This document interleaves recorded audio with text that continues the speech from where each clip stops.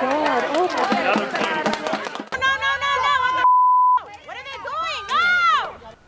All day, we've been showing you images like this. Broadview, Illinois, a quiet suburban town just outside Chicago, has suddenly become the stage for a battle that reflects one of the most divisive debates in America. Immigration, enforcement, and human rights collided this week when fiery confrontations broke out between protesters and ICE agents. What unfolded on those streets was more than just a protest.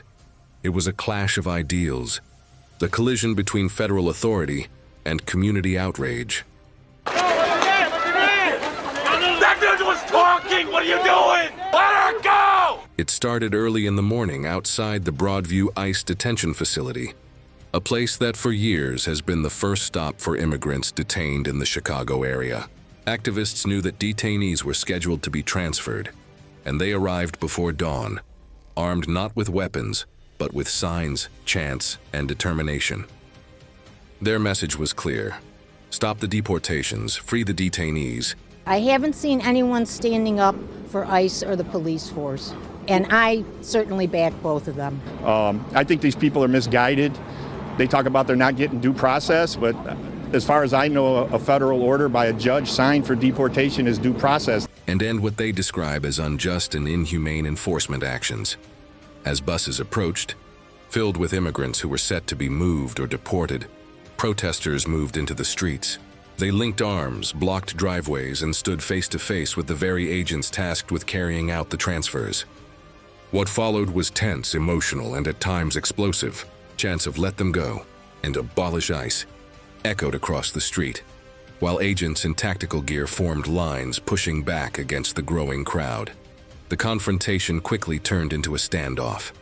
Protesters shouted at the agents, accusing them of tearing families apart. Some held up pictures of loved ones. Others carried banners demanding justice.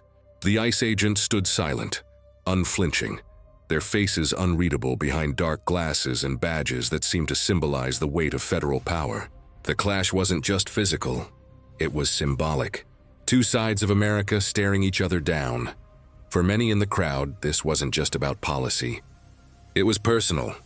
Families spoke of fathers, mothers, brothers, and sisters detained inside the facility. Some had lived in Chicago for decades, building lives, working jobs, raising children. And now, with one sweep of enforcement, their lives had been upended.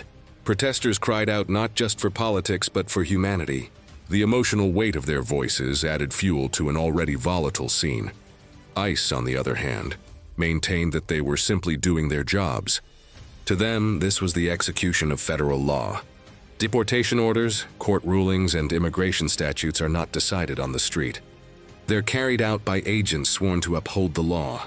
To ICE, the protesters were obstructing justice, blocking lawful operations, and creating dangerous conditions.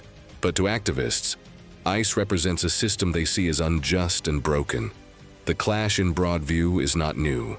This detention facility has been the site of protests for years. But what made this confrontation different was the intensity.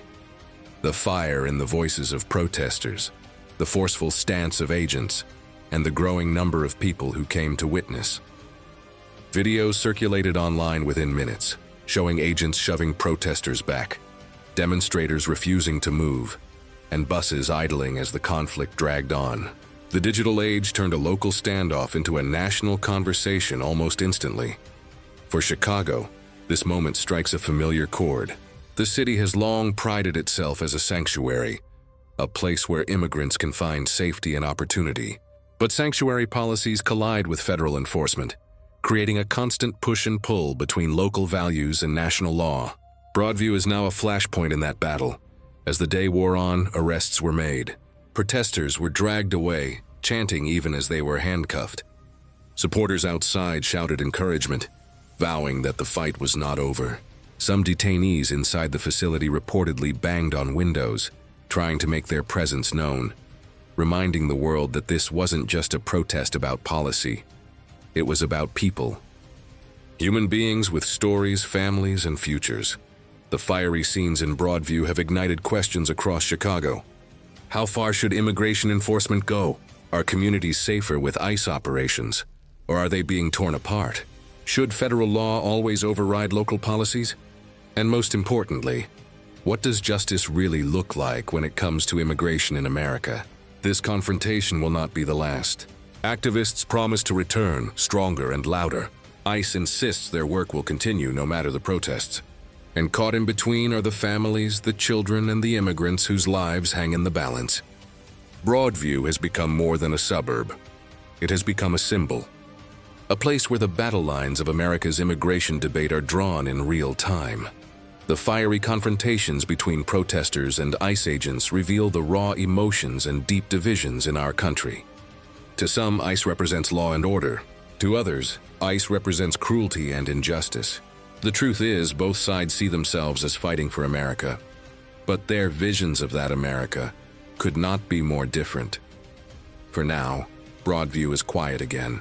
But the echoes of that clash, the chants, the shouts, the pounding on bus windows, still linger. Chicago and the nation will not forget. And the question remains, what kind of country do we want to be? One that prioritizes strict enforcement of laws, or one that finds compassion for those who seek a better life within our borders? The fight is far from over, and Broadview may just be the beginning of a storm that will spread across Chicago, across Illinois, and across the entire nation.